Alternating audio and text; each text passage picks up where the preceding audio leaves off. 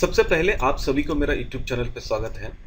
देखिए, Indian stock market में हम जो भी काम करते हैं, मार्केट के मूवमेंट के ऊपर बेस करके हम लोग पैसा कमाते हैं। कुछ लोग पैसा कमाते हैं, कुछ लोग पैसा गंवाते हैं। सबके मन में एक ही सवाल होता है, जो मार्केट को प्रेडिक्ट कैसे करें। इसीलिए इस वीडियो में मैं आपको बताने जा रहा हूं, अगर आप इंडियन स्टॉक मार्केट में काम कर रहे हैं, चाहे आप इन्वेस्टर हो या फिर आप ट्रेडर हो, तो मार्केट को प्रिडिक्शन करने के लिए आपको क्या करना चाहिए। देखिए, मैं फिर बता दूं, मार्केट को प्रिडिक्ट करना आसान नहीं है। ये फंडामेंटली अनसर्टेन भी है और बहुत ही चैलेंजिंग भी है। लेकिन फिर भी हमारे जो इन्वेस्टर्स है, ट्रेडर्स है, एनालिसिस्ट है, ये लोग बहुत सारे अप्रोच यूज़ करते हैं, बहुत सारे टेक्निक मेथड्स यूज़ करते हैं, बहुत सारे कंसिडरेशन करते हैं, और जिसके हिसाब से कुछ पॉसिबिलिटीज़ उनको मिलती है और उसके ऊपर बेस करके वो डिसीजन लेते हैं। यहाँ पर कोई जादुई छड़ी है नहीं जो एक बार घुमा दो और आपको पता चले कि मार्केट अभी ऊपर जाएगी या फिर नीचे जाएगी, और उसके हिसाब से आप पोजीशन ले सकते हैं। तो इस तरह होता नहीं है। लेकिन आप अगर मेहनत करेंगे, आप अगर थोड़ा सा रिसर्च करेंगे, मार्केट के बारे में जानकारी रखेंगे, आप अपना नॉलेज बढ़ाएंगे, आप अपना स्ट्रेटेजी यूज़ करेंगे, तो मुझे पक्का यकीन है कि आप मार्केट को थोड़ी बहुत प्रेडिक्शन कर सकते हैं। तो इसीलिए ये वीडियो बहुत ही महत्वपूर्ण होने वाला है आपके लिए। तो मैं आशा करता हूँ कि मेरा वीडियो आप एंड तक देखेंगे। अगर आपको मेरा वीडियो अच्छा लगा, आपको हेल्पफुल लगा, तो मेरे यूट्यूब चैनल को सब्सक्राइब कर दीजिए और बेल आइकन को जरूर दबाइए, ताकि नेक्स्ट वीडियो का नोटिफिकेशन मिले। आप चाहे तो कोई भी जानकारी के लिए कमेंट लिख सकते हैं, आप अपने दोस्त को शेयर भी कर सकते हैं और वीडियो भी लाइक भी कर सकते हैं। तो चलिए आगे बढ़ते हैं। सबसे पहले मैं आपको इस वीडियो का एजेंडा के बारे में बता देता हूँ। तो इस वीडियो में सबसे पहले मैं आपको कोर प्रिंसिपल के बारे में बताऊंगा। देखिए, जब भी आप स्टॉक मार्केट में निवेश करें, कुछ चीज़ों को आपको पता होना चाहिए, कुछ प्रिंसिपल के बारे में पता होना चाहिए। वही यहाँ पे कोर प्रिंसिपल है। तो कौन सी चीज़ है जिसके बारे में आपको पता होना चाहिए। इसके बाद मैं आपको बताऊंगा, जो स्टॉक को एनालिसिस करने के लिए, मार्केट को एनालिसिस करने के लिए आपको कौन सी अप्रोच अप्लाई करना है, ताकि आप मार्केट को प्रिडिक्ट कर सके कि मार्केट की मूवमेंट किस तरह होगी। इसके बाद बहुत ही इंपॉर्टेंट है जो है कि यूनिक फैक्टर। आप अगर इंडियन मार्केट में काम कर रहे हैं, वो कौन सी यूनिक फैक्टर है जो मार्केट की मूवमेंट को इफेक्ट करती है, जिसके वजह से मार्केट कभी ऊपर तरफ भागती है, कभी नीचे तरफ गिरती है। इसके बाद मैं आपको बताऊंगा, अगर आपको इंडियन स्टॉक मार्केट में काम करना है, तो आप प्रैक्टिकली और सेफली किस तरह काम स्टार्ट कर सकते हैं। और आखिर में मैं अपना ओपिनियन बताऊंगा, जो मार्केट प्रिडिक्ट करने के लिए आपको क्या करना चाहिए। ये वीडियो थोड़ी सी लेंदी होने वाली है, लेकिन मुझे लगता है कि ये वीडियो आपके लिए काफ़ी हेल्पफुल है। इसीलिए आपको मेरा रिक्वेस्ट है, ये वीडियो आप अंत तक देखिए, पूरी की पूरी जानकारी लीजिए। तो चलिए आगे बढ़ते हैं। जैसे कि मैंने एजेंडा में कहा कि सबसे पहले मैं आपको बताऊंगा इंडियन स्टॉक मार्केट के वो कोर प्रिंसिपल जो आपको याद रखना होगा इंडियन स्टॉक मार्केट में निवेश करने से पहले। सबसे पहला प्रिंसिपल है नो क्रिस्टल बॉल। यानी इंडियन मार्केट को 100% प्रेडिक्शन करना आसान नहीं है। थोड़ी बहुत कर सकते हैं, थोड़ी बहुत आपको ट्रेंड पता चल सकते हैं, काफ़ी हद तक करेक्ट भी हो सकते हैं, काफ़ी हद तक करेक्ट नहीं भी हो सकते हैं। लेकिन 100% एब्सोल्यूट प्रेडिक्शन करना आसान नहीं है। सिर्फ इंडियन मार्केट को ही नहीं है, दुनिया का किसी भी मार्केट को 100% प्रेडिक्शन नहीं कर सकते, क्योंकि मार्केट बहुत सारे अनप्रिडिक्टेबल फैक्टर्स के ऊपर डिपेंड करती है, जैसे कि जियोपॉलिटिकल फैक्टर्स, नेचुरल डिजास्टर, बहुत समय बहुत सारे पैंडेमिक सिचुएशन हो जाती है। जैसे कुछ दिन पहले इंडिया में, पूरे दुनिया में वो कोरोना वाली जो सिचुएशन हुई थी। और भी बहुत सारी चीज़ें हैं, जैसे कि रेगुलेटरी का, पॉलिसी का सडन चेंजेस हो जाना, इरेशनल बिहेवियर मार्केट में, ये सारी चीज़ मार्केट को इम्पैक्ट करती है, जिसके वजह से मार्केट कभी ऊपर कभी नीचे होती है। मेरा दूसरी पॉइंट है, रिस्क इज इनएविटेबल। यानी आप ये नहीं कह सकते जो जीरो रिस्क। किसी भी इन्वेस्टमेंट मार्केट में जो भी इन्वेस्टमेंट एसेट मिलती है, उसमें कुछ ना कुछ रिस्क रहती है। जीरो रिस्क नहीं होती है। कुछ इन्वेस्टमेंट एसेट में ज़्यादा रिस्क होती है, कुछ इन्वेस्टमेंट एसेट में कम रिस्क होती है। तो आपको उसी इन्वेस्टमेंट एसेट को चूज करना चाहिए जितना रिस्क आप ले सकते हैं। अगर आपको कम रिस्क पसंद है तो कम रिस्क वाला इन्वेस्टमेंट एसेट चूज कीजिए। अगर आप ज़्यादा रिस्क ले सकते हैं तो हाई रिस्क वाला इन्वेस्टमेंट एसेट को आप चूज कर सकते हैं। इसीलिए सोच समझ कर निवेश कीजिए। जितनी आप रिस्क अफोर्ड कर सकते हैं, उसके हिसाब से आप चूज कीजिए। नेक्स्ट मैं आपको बताऊंगा, किसी भी प्रोफेसी के ऊपर भरोसा मत कीजिए। प्रोफेसी यानी भविष्यवाणी। किसी ने कह दिया जो आज मार्केट ऊपर जाएगी, या फिर एक हफ्ते के अंदर मार्केट बहुत अच्छी करने वाली है, बहुत अच्छी परफॉर्म होने वाली है, या फिर मार्केट गिरने वाली है, किसी ने इस तरह बता दिया। हो सकता है एक बहुत बड़ा स्टॉक एनालिसिस्ट या फिर रिसर्चर इस तरह की चीजें बताई हैं, तब भी आप सोच समझ कर काम कीजिए। आप डिसीजन लेने से पहले प्रॉपरली एनालिसिस कीजिए, प्रोबेबिलिटी के बारे में सोचिए, किसी भी तरह की अनसर्टेनिटी के ऊपर भरोसा मत कीजिए। और मैं बहुत बार कह चुका हूं, जब भी आप निवेश करें, आप कोशिश करें कि लॉन्ग टर्म इन्वेस्ट करने के लिए, क्योंकि long term investment is better than short term investment. Short term investment में रिस्क होती है, आपको प्रॉपर स्ट्रेटेजी अप्लाई करना पड़ेगा, आपके पास प्रॉपर नॉलेज होना चाहिए, आपको एक रिसर्चर की तरह काम करना पड़ेगा, तभी आप अच्छे से डिसीजन ले सकते हैं। मैं ये नहीं कर रहा हूँ कि आपको शॉर्ट टर्म नहीं करना चाहिए, आप अगर चाहे तो कर सकते हैं, लेकिन उसके लिए आप प्रॉपर जानकारी रखिए। तो लॉन्ग टर्म इन्वेस्ट करने के लिए फंडामेंटल एनालिसिस कीजिए, ज़्यादा आपको टेक्निकल एनालिसिस करने की ज़रूरत नहीं है। और लास्ट मेरा पॉइंट रहेगा डाइवर्सिफिकेशन। आपके पास जितने भी पैसा है, सारे के सारे पैसा एक जगह पे इन्वेस्ट मत कीजिए, क्योंकि आपको एक अच्छी तरह आपको रिस्क मैनेजमेंट करना आना चाहिए, नहीं तो आपका पैसा फंस सकते हैं। Do not pull your all eggs just in one single basket, इसमें सारे के सारे एग्स टूट सकती है। इसीलिए आप डिसाइड कीजिए आपके पास कितने पैसा है, उसमें से कितना पैसा निवेश करना चाहिए, और कौन सी सेक्टर में, कौन सी स्टॉक्स में, कौन सी इन्वेस्टमेंट एसेट क्लास में आपको पैसा निवेश करना चाहिए। ये भी एक बहुत बड़ा इंपॉर्टेंट डिसीजन होती है। डाइवर्सिफाई करने का मतलब है आपका जो पैसा है अलग अलग जगह में, अलग अलग सेक्टर में, अलग अलग स्टॉक में निवेश होती है। इसके द्वारा आप अपना रिस्क को मिनिमाइज करते हैं। तो आशा करता हूं इंडियन स्टॉक मार्केट में पैसा निवेश करने से पहले वो कौन सी कोर प्रिंसिपल्स है जिसके ऊपर आपको ध्यान रखना पड़ेगा। अब मैं आपको कुछ इंपॉर्टेंट यूनिक फैक्टर्स के बारे में बताऊंगा। जब भी आप इंडियन स्टॉक मार्केट को प्रेडिक्ट करें तो इन सारी चीज को थोड़ा सा कंसिडर कर लीजिए, इसके बारे में थोड़ा सा ध्यान रखिए। सबसे पहला रहेगा सेबी रेगुलेशन, यानी सेबी एक रेगुलेटरी बॉडी है इंडियन स्टॉक मार्केट की, और सेबी में कभी कभी क्या होती है कि बहुत सारी न्यू गाइडलाइंस आ जाती है, जिसके वजह से इंडियन स्टॉक मार्केट में बहुत बड़ा इम्पैक्ट आ जाती है। इसीलिए आपको ध्यान रखना पड़ेगा कौन सी न्यू रेगुलेशन आ रही है, या फिर कौन सी चीज़ चेंज हो रही है, या फिर कौन सी रेगुलेशन स्टॉप हो रही है। इन सारी चीज़ के ऊपर थोड़ा सा आपको ध्यान रखना पड़ेगा। दूसरी इंपॉर्टेंट फैक्टर्स है पॉलिटिकल डायनामिक्स, यानी इंडियन गवर्नमेंट के बारे में। इंडिया में कब लोकसभा का इलेक्शन हो रही है, उसमें कौन सी पार्टी जीतने वाली है, गवर्नमेंट की स्टेबिलिटी कैसे रहेगी, या फिर जो गवर्नमेंट देश चला रही है उसकी स्टेबिलिटी कैसी है, गवर्नमेंट की पॉलिसी का शिफ्ट क्या हो रही है। इन सारी चीज़ के ऊपर भी बहुत बड़ा इम्पैक्ट होती है Indian stock market. Third important point है मॉनसून डिपेंडेंस। देखिए इंडिया एक एग्रीकल्चर बेस्ड कंट्री है, यहाँ पे खेती बाड़ी ज़्यादा होती है। मुझे लगता है कि more than 70% of Indian population खेती बाड़ी में इन्वॉल्व रहते हैं, और इंडियन की जो खेती है एग्रीकल्चर बेसिकली मानसून के ऊपर डिपेंड करती है। इंडिया में मानसून कब आएगी, कब जाएगी, कितने दिन तक रहेगी, बारिश होगी तो कितनी होगी, ये सारी चीज़ बहुत फैक्टर करती है इंडियन एग्रीकल्चर को। इसीलिए रूरल इनकम और इन्फ्लेशन बहुत बड़ा इम्पैक्ट लाती है इंडियन स्टॉक मार्केट को। Next important point retail investor participations. देखिए आपको पता है कुछ साल पहले इंडिया में जो पेंडेमिक सिचुएशन यानी कोरोना वाली जो सिचुएशन हुई थी, उस समय लोग सब घर में बैठ गए थे, लोगों के पास कोई काम धंधा नहीं थे।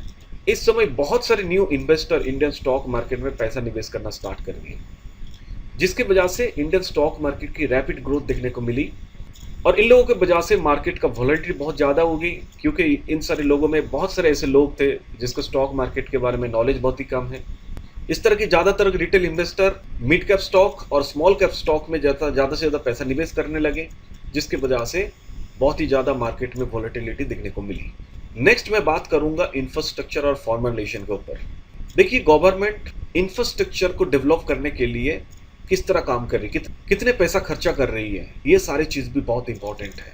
क्या आईटी सेक्टर या फिर मैन्युफैक्चरिंग सेक्टर, उसके साथ साथ इंडियन इकोनॉमी को फॉर्मलाइज करने के लिए फॉर्मुलेशन का क्या खर्चा हो रही है, वो सारी चीज़ भी बहुत इंपॉर्टेंट है इंडियन स्टॉक मार्केट को प्रभावित करने के लिए।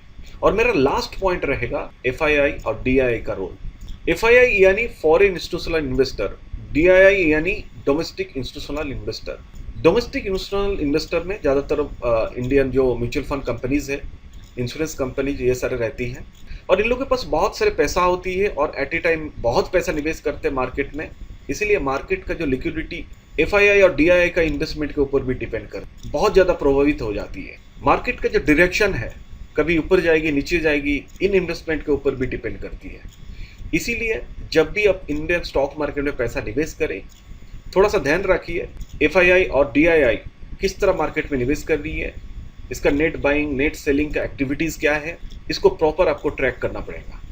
तो जब भी आप इंडियन स्टॉक मार्केट में पैसा निवेश करें तो इन सारे काफ़ी इंपॉर्टेंट जो यूनिक फैक्टर्स हैं जिसके बारे में मैंने आपको बताया, इसके बारे में थोड़ा सा कंसिडरेशन, थोड़ी सी थिंकिंग, थोड़ी सी आपको नॉलेज रखना पड़ेगा। तो चलिए आगे बढ़ते हैं। जिसके लिए इंतज़ार है, स्टॉक को प्रेडिक्ट कैसे करें, स्टॉक की मूवमेंट क्या ऊपर जाएगी या फिर नीचे गिरेगी, उसको एनालिसिस कैसे करें। एनालिसिस करने के लिए आपको 4 तरह का एनालिसिस करना पड़ेगा। सबसे पहला एनालिसिस है फंडामेंटल एनालिसिस, जहाँ पर हम लोग स्टॉक का इंट्रिंसिक वैल्यू का एनालिसिस करते हैं और पता करते हैं कि फंडामेंटली स्ट्रॉन्ग है कि नहीं। दूसरी इंपॉर्टेंट एनालिसिस है टेक्निकल एनालिसिस। ये बेसिकली शॉर्ट टर्म इन्वेस्टर के लिए काम करती है, जहाँ पर स्टॉक की प्राइस के मूवमेंट और वॉल्यूम पैटर्न के ऊपर हम लोग फोकस करते हैं। तीसरी इंपॉर्टेंट एनालिसिस है क्वांटिटेटिव एनालिसिस, जहाँ पर बेसिकली स्टैटिस्टिकल डेटा के ऊपर डिपेंड करते हैं, एनालिसिस करते हैं। यहाँ पे एल्गोरिथमिक ट्रेडिंग और एआई बेस्ड ट्रेडिंग के ऊपर भी बात करेंगे। और आखिरी इंपॉर्टेंट एनालिसिस है सेंटिमेंट एनालिसिस, यानी मार्केट की सेंटिमेंट कैसी है। यहाँ पर हम लोग बिहेवियरल फाइनेंस के ऊपर बात करेंगे। तो इन 4 तरह का एनालिसिस करना है, तभी आपको पता चलेगा कि मार्केट की मूवमेंट कैसी होगी। लेकिन मैं ये भी बता दूं, देखिए एनालिसिस करने का मतलब आपको एक प्रोबेबिलिटी पता चलता है, आपको एक ट्रेंड पता चलता है। इसका मतलब ये नहीं कि मार्केट की 100% प्रेडिक्शन आप कर सकते हैं। मार्केट की 100% मूवमेंट की प्रेडिक्शन करना आसान नहीं, कोई नहीं कर सकते हैं, आप भी नहीं कर सकते, मैं भी नहीं कर सकता। लेकिन हाँ, जरूर प्रोबेबिलिटी के बारे में पता चलती है, जिसके ऊपर बेस करके हम ट्रेड ले सकते हैं, पोजीशन ले सकते हैं। तो इन 4 तरह का जो एनालिसिस है, इसमें आपको एक्सपर्ट बनना पड़ेगा। तो चलिए एक एक करके डिस्कस करते हैं ताकि आपको जानकारी मिले। तो सबसे पहले फंडामेंटल एनालिसिस के ऊपर बात करेंगे।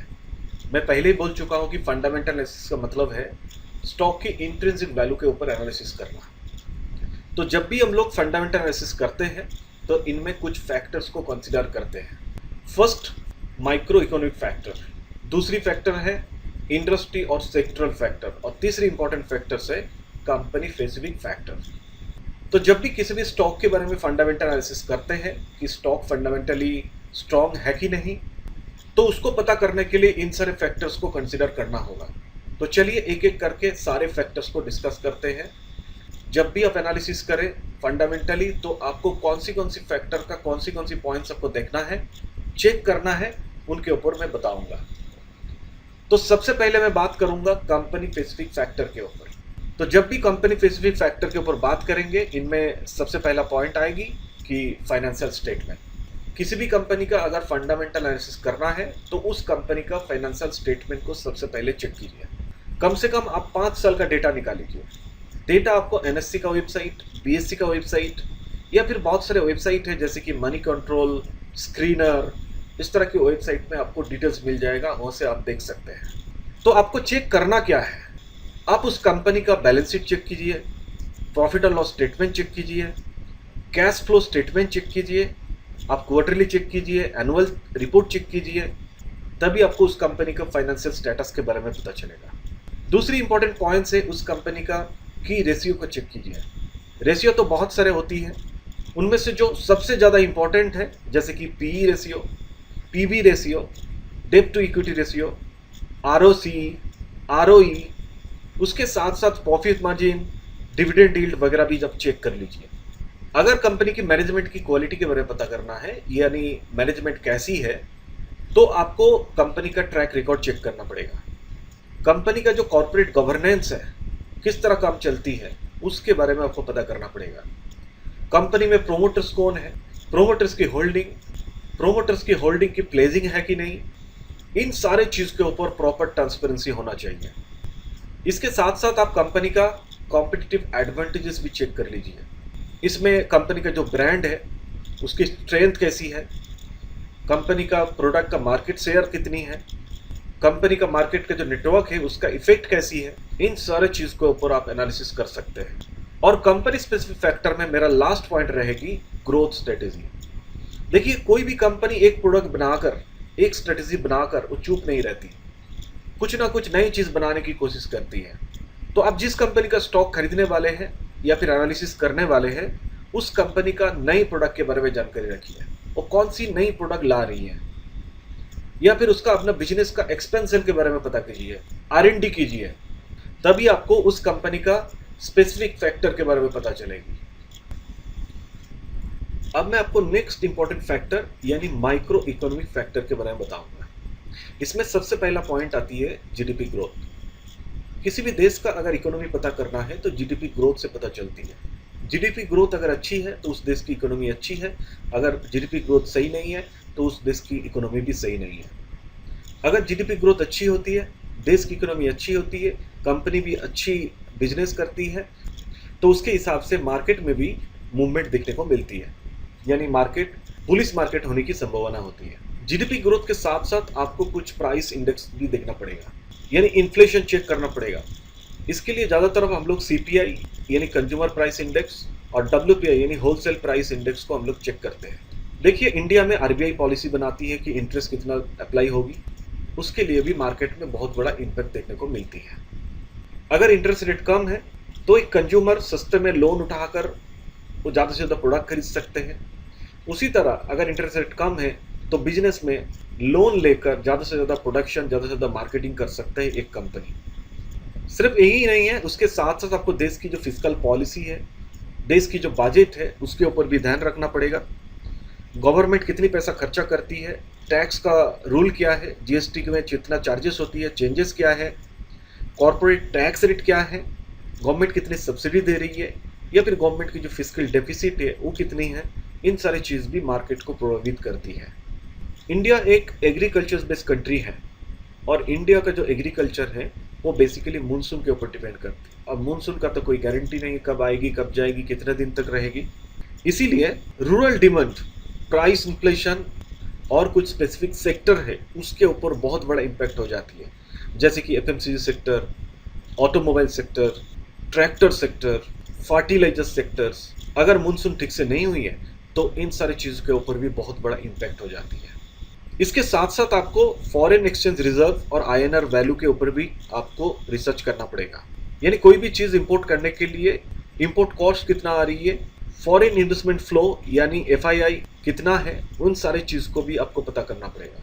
और लास्ट एंड आखिरी पॉइंट है ग्लोबल फैक्ट। तो ग्लोबल फैक्टर्स में सबसे बड़ा इंपॉर्टेंट पॉइंट है क्रूड ऑयल प्राइस। देखिए, इंडिया एक मेजर इंपोर्टर है, क्रूड ऑयल इंपोर्ट होती है इंडिया में। अगर क्रूड ऑयल की प्राइस बढ़ी तो इंडियन जो बिजनेस है उसके ऊपर भी बहुत बड़ा इम्पैक्ट आ जाएगी और मार्केट के ऊपर भी इम्पैक्ट देखने को मिलेगी। उसके साथ साथ कभी कभी यूएस अपना फीड पॉलिसी चेंज कर देती है, ग्लोबल रिसेशन आ जाती है, कभी कभी ट्रेड वॉर हो जाती है। कुछ दिन पहले आपको पता है कि ट्रेड वॉर स्टार्ट हो गई डोनाल्ड ट्रंप के जो टैरिफ वाला जो फंडा है उसके वजह से। तो जब भी आप फंडामेंटल एनालिसिस करें तो इन सारे माइक्रो इकोनॉमिक फैक्टर्स को भी आपको ध्यान में रखना पड़ेगा। अब मैं नेक्स्ट में बात करूंगा इंडस्ट्री और सेक्टरल फैक्टर के बारे में। इसमें सबसे पहले मैं बात करूंगा ग्रोथ प्रोस्पेक्ट्स के बारे में, यानी कोई भी इंडस्ट्री सेक्टर में उसमें ग्रोथ रिलेटेड कोई प्रोस्पेक्ट दिख रही कि नहीं, जैसे कि IT, pharma, renewable energy, infrastructure, manufacturing, इन सारे सेक्टर्स में आपको कोई ग्रोथ दिख रही कि नहीं दिख रही। उसके लिए गवर्नमेंट बहुत सारे स्कीम लॉन्च करती है, जैसे कि एक स्कीम है मैन्युफैक्चरिंग कंपनीज के लिए, गवर्नमेंट पीएलआई स्कीम अप्लाई करती है। इसमें गवर्नमेंट इंसेंटिव देती है मैन्युफैक्चरिंग इंडस्ट्रीज को, ताकि मैन्युफैक्चरिंग कंपनी ज़्यादा से ज़्यादा प्रोडक्शन करे, ज़्यादा से ज़्यादा चीज़ों को मैन्युफैक्चर करे। अगर इस तरह की कोई भी सेक्टर में या फिर इंडस्ट्रीज में अगर ग्रोथ प्रोस्पेक्ट नज़र आ रही है तो उसमें आप फोकस कर सकते हैं, उसमें आप पैसा डाल सकते हैं। उसके साथ साथ आपको रेगुलेटरी एनवायरनमेंट चेक करना पड़ेगा। आपको पता है इंडियन स्टॉक मार्केट को सेबी रेगुलेट करती है और उसके साथ साथ गवर्नमेंट का भी बहुत बड़ा योगदान है। गवर्नमेंट बहुत सारे पॉलिसीज़ बनाती है, जैसे कि थोड़ी देर पहले मैंने पीएलआई स्कीम के बारे में बताया, यानी प्रोडक्शन लिंक इंसेंटिव स्कीम। उसके साथ साथ देश की इन्वायरमेंटल नॉर्म्स क्या है, यानी कोई भी फैक्ट्री लगाती है तो उसमें इन्वायरमेंटल कौन सी पॉलिसी फॉलो करना है, इसमें इम्पैक्ट क्या है, इन सारी चीज़ को भी थोड़ा बहुत आपको रिसर्च करना पड़ेगा। और लास्ट एंड आखिरी पॉइंट है साइक्लिकलिटी। आपको एक बिजनेस साइकिल समझना पड़ेगा, जैसे कि अगर automobile sector, real estate sector या फिर कमोडिटीज सेक्टर में पैसा निवेश करते हैं, उसका एक प्रॉपर साइकिल है।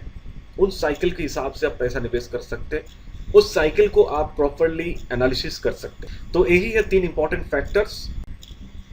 अब मैं आपको जिस एनालिसिस के बारे में बताने जा रहा हूँ वो है टेक्निकल एनालिसिस, हमारी दूसरी एनालिसिस, जहां पर हम लोग प्राइस और प्राइस पैटर्न के ऊपर फोकस करते हैं एनालिसिस करने के टाइम में। जब भी हम टेक्निकल एनालिसिस करते हैं सबसे पहले प्राइस चार्ट चेक करते हैं, क्योंकि टेक्निकल एनालिसिस करने के लिए हिस्टोरिकल प्राइस मूवमेंट एनालिसिस करना बहुत ही ज़रूरी होती है।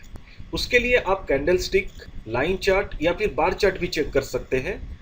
इंडिया में बहुत सारे प्लेटफॉर्म अवेलेबल हैं, जैसे कि trending view, zero the kite, इस तरह की प्लेटफॉर्म आप यूज़ कर सकते हैं। इसके साथ साथ आपको मार्केट की ट्रेंड भी पता करना चाहिए। कभी मार्केट अप ट्रेंड में चलती है, कभी मार्केट डाउन ट्रेंड में चलती है, कभी कभी मार्केट साइडवे मूवमेंट भी करती है, यानी न्यूट्रल रहती है। इसको पता करने के लिए आप बहुत सारे मार्केट में इंडिकेटर्स अवेलेबल है, जैसे कि मूविंग एवरेज इंडिकेटर्स, इसमें आप SMA या फिर EMA आप चेक कर सकते हैं। ये अलावा MACD, ADX जैसे इंडिकेटर्स भी आप यूज कर सकते हैं ट्रेंड को आइडेंटिफिकेशन करने के लिए। सपोर्ट और रेसिस्टर लेवल बहुत ही इंपॉर्टेंट होती है स्टॉक मार्केट में। जो लोग शॉर्ट टर्म के लिए ट्रेड करते हैं, सपोर्ट और रेसिस्टर लेवल चेक करते हैं। ये एक ऐसी की प्राइस पॉइंट है जहां पर ट्रेंड को पता करके आप बाय और सेल कर सकते हैं। जब भी आप टेक्निकल एनालिसिस करें, कुछ टेक्निकल इंडिकेटर्स यूज करना बहुत ही जरूरी है। थोड़ी देर पहले ही मैंने बताया कि ट्रेंड पता करने के लिए मूविंग एवरेज, MACD, ADX जैसे इंडिकेटर्स यूज कर सकते हैं। मार्केट की मोमेंटम पता करने के लिए आप RSI, स्टोचस्टिक्स, ऑसिलेटर, इस तरह के इंडिकेटर्स यूज कर सकते हैं। वॉल्यूम को एनालिसिस करने के लिए OBV, वॉल्यूम बार्स, इस तरह की इंडिकेटर्स की यूज कर सकते हैं। अगर मार्केट बहुत ही वोलेटाइल है, ऐसे केसेस में बॉलिंगर बैंड्स और ATR जैसे इंडिकेटर्स भी यूज कर सकते हैं। जब भी आप टेक्निकल एनालिसिस करें, चार्ट पैटर्न समझना बहुत ही जरूरी है, इसको एनालिसिस करना बहुत ही जरूरी है। तो इसको एनालिसिस करने के लिए बहुत सारे पैटर्न अवेलेबल है, जैसे कि head and shoulder, double top और bottoms, triangle, flags, cup of handles, इस तरह की पैटर्न्स को आप यूज कर सकते हैं। अब मैं आपको तीसरी एनालिसिस यानी क्वांटिटेटिव एनालिसिस के बारे में बताऊंगा, और ये बेसिकली स्टैटिस्टिकल डेटा के ऊपर डिपेंड करती है। तो बहुत सारे स्टैटिस्टिकल मॉडल अवेलेबल है, जैसे कि रिग्रेशन मॉडल, इसको जनरली यूज की जाती है। तो बेसिकली किसी भी स्टॉक की जो हिस्टोरिकल डेटा होती है, उसको यूज करके मार्केट की जो कोरिलेशन है, पोटेंशियल प्रेडिक्टिव पैटर्न है, उसको आइडेंटिफाई करते हैं। मार्केट में पैसा निवेश करने के लिए बहुत सारे फैक्टर्स होती है, उस फैक्टर को भी ध्यान में रखना पड़ता है। कुछ टारगेट ओरिएंटेड स्पेसिफिक फैक्टर, जैसे कि वैल्यू, ग्रोथ, मोमेंटम, लो वोलेटिलिटी, क्वालिटी, इन सारी चीज को ध्यान में रखते हुए इन्वेस्ट की जाती है। एल्गोरिदम ट्रेडिंग ऐसा एक कंप्यूटराइज प्रोग्राम है जिसके द्वारा हम लोग कोई प्री डिफाइंड रूल के बेसिस पे एनालिसिस कर सकते हैं। प्री डिफाइंड रूल्स जैसे कि स्पीड, पैटर्न रिकॉग्निशन, इन सारी चीज के ऊपर बेस करके एनालिसिस कर सकते हैं। इसके लिए सिग्निफिकेंट एक्सपर्टाइज और इंफ्रास्ट्रक्चर की जरूरत है। और आखिरी एंड इम्पॉर्टेंट पॉइंट्स है मशीन लर्निंग और AI बेस्ड एनालिसिस। इसके लिए एक बहुत वर्स्ट डेटा चाहिए, जैसे कि news, sentiments, social media, fundamentals, technicals, इन सारे चीज को AI बेस्ड टेक्नोलॉजी एनालिसिस करती है। तो इसी पैटर्न के ऊपर बेस करके एनालिसिस कर सकते हैं कि स्टॉक की मूवमेंट किस तरह होना चाहिए। और आखिरी इंपॉर्टेंट एनालिसिस है सेंटिमेंट एनालिसिस, यानी बिहेवियरल फाइनेंस एनालिसिस। सबसे पहले बात करेंगे न्यूज मीडिया। देखिए, मार्केट में ट्रेंड चलती है, उसके साथ साथ कुछ ना कुछ न्यूज और मीडिया में कुछ ना कुछ चलती रहती, इसीलिए आपको फाइनेंशियल न्यूज आपको पढ़ना पड़ेगा, जैसे कि Economic Times, Money Control, Live Mint, Bloomberg Quint, इस तरह की जो फाइनेंशियल न्यूज है उसको आपको ट्रैकिंग करना पड़ेगा। इस तरह की न्यूज में आपको कंपनीज की जो मेजर अनाउंसमेंट है, कंपनीज की अर्निंग रिपोर्ट्स है, हर तरह की चीज का अपग्रेड, डाउनग्रेड का रिपोर्ट्स आपको मिल जाएगा। दूसरी इंपॉर्टेंट है social media and forum. Social media और फोरम में भी कुछ ना कुछ डिस्कशन चलते रहती है। इन सारी चीज़ के बारे में पता करने के लिए आपको कुछ सोशल मीडिया साइट्स और फोरम आपको फॉलो करना होगा, जैसे कि social media excite, stock twist, investor forum जैसी वेबसाइट को भी आप फॉलो कर सकते हैं। और लास्ट एंड आखिरी पॉइंट, बिहेवियरल बायसेस। देखिए, पैसा निवेश करने के लिए ह्यूमन साइकोलॉजी समझना आसान नहीं है। कौन सी चीज़ में लोगों को लालच आ जाती है, किस में डर लगती है, किस में इमोशन होकर ट्रेड करते हैं, कौन सी चीज़ में ज़्यादा से ज़्यादा ओवर कॉन्फिडेंस हो जाती है, इसके वजह से भी निवेश हो जाते हैं और इसमें बहुत बड़ा मार्केट को इम्पैक्ट करती है। तो आशा करता हूँ इन 4 तरह का जो एनालिसिस मैंने बताया आपको, fundamental analysis, technical analysis, quantitative analysis और सेंटिमेंट एनालिसिस, आपको क्लियर कट समझ में आया। अब मैं आपको बताऊंगा, आप अगर इन्वेस्ट करना चाहते हैं, आप अगर प्रॉपर स्टॉक को एनालिसिस करना चाहते हैं, मार्केट को एनालिसिस करना चाहते हैं, तो प्रैक्टिकली कैसे कर सकते हैं और आप सेफली कैसे कर सकते हैं। सबसे पहले आप अपने आप को एडुकेट कीजिए। मार्केट के बारे में एजुकेशन पाने के लिए आप मार्केट रिलेटेड बुक्स पढ़ सकते हैं। बहुत सारे वेबसाइट के बारे में मैंने रेफरेंस दिया, उन सारे वेबसाइट को फॉलो कर सकते हैं, या फिर सेबी के वेबसाइट फॉलो कर सकते हैं, एनएससी बीएससी के वेबसाइट फॉलो कर सकते हैं। बहुत सारे फाइनेंशियल वेबसाइट के बारे में बताया, इन सारे वेबसाइट को फॉलो कर सकते हैं। और आपको बेसिक अकाउंटिंग नॉलेज आपके पास होना चाहिए। तो इसी तरह आप अपने आप को एडुकेट कर सकते हैं। मार्केट में इन्वेस्ट करने से पहले आप पेपर ट्रेडिंग स्टार्ट कीजिए। पेपर ट्रेडिंग ऐसी एक स्ट्रेटेजी है, आप स्टॉक मार्केट में रियल मनी इन्वेस्ट ना करके अब वर्चुअल मनी से आप ट्रेडिंग करना प्रैक्टिस कीजिए। तो इस तरह का प्लेटफॉर्म बहुत सारे कंपनी देती है, तो उसमें वर्चुअल मनी ऐड करके आप बाई सेल करना सीखिए, आप ट्रेंड को पता करना सीखिए, एनालिसिस करना सीखिए। और जैसे धीरे धीरे आपको कॉन्फिडेंस मिलती है, आप अपना रियल मनी इन्वेस्ट कर सकते हैं। मैं हर बार बोलता हूँ, आप छोटी अमाउंट से स्टार्ट कीजिए, बहुत बड़ा अमाउंट इन्वेस्ट करने की ज़रूरत नहीं है।